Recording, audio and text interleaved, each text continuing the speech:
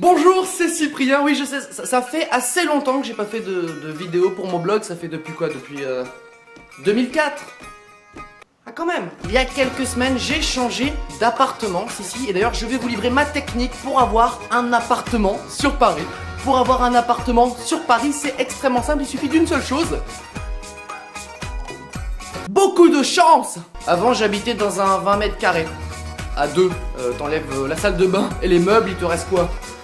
1 mètre carré d'espace vital. C'est bien 1 mètre carré. Excuse-moi, je crois que ta chaise est dans mon espace vital là.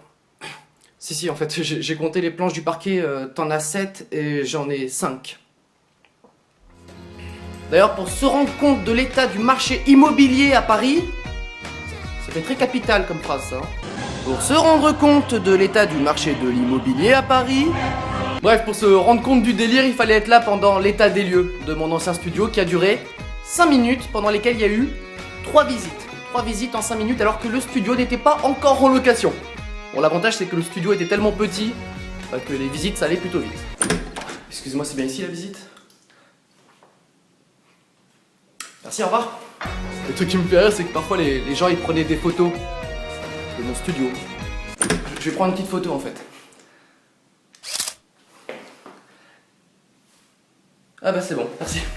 Mais je suis bien content de plus habiter dans cette pièce, hein, parce que en plus de l'espace vital relativement restreint, si quand même, les murs étaient composés de...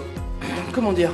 Une sorte de feuille de calque en fait, hein, quand mes voisins parlaient, j'avais l'impression d'être dans la conversation. Dis-moi par hasard, t'aurais pas de la farine s'il te plaît? Non, j'ai plus de farine non plus, désolé. Roger, écoute ça, il y a le voisin, il pense qu'on lui parle. Le blaireau. Non mais j'entends tout en fait. Il entend tout ce qu'on dit. Oh le blaireau.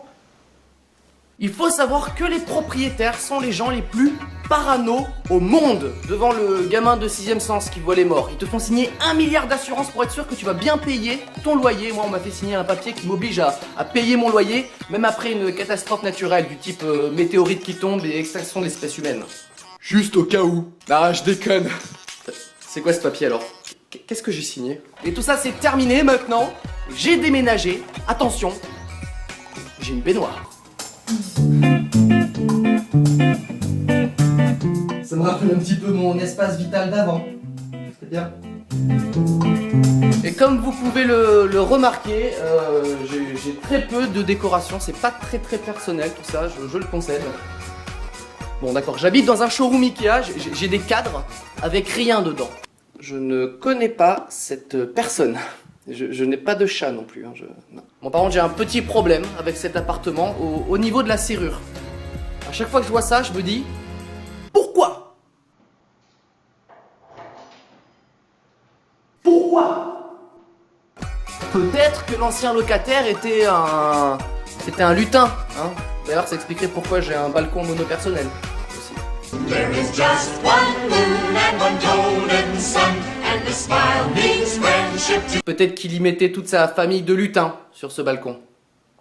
Je sais pas. Bon, c'est tout ce que j'avais à vous dire. J'ai pas de page Facebook, mais j'ai un compte Twitter et un blog. C'est bien aussi, non?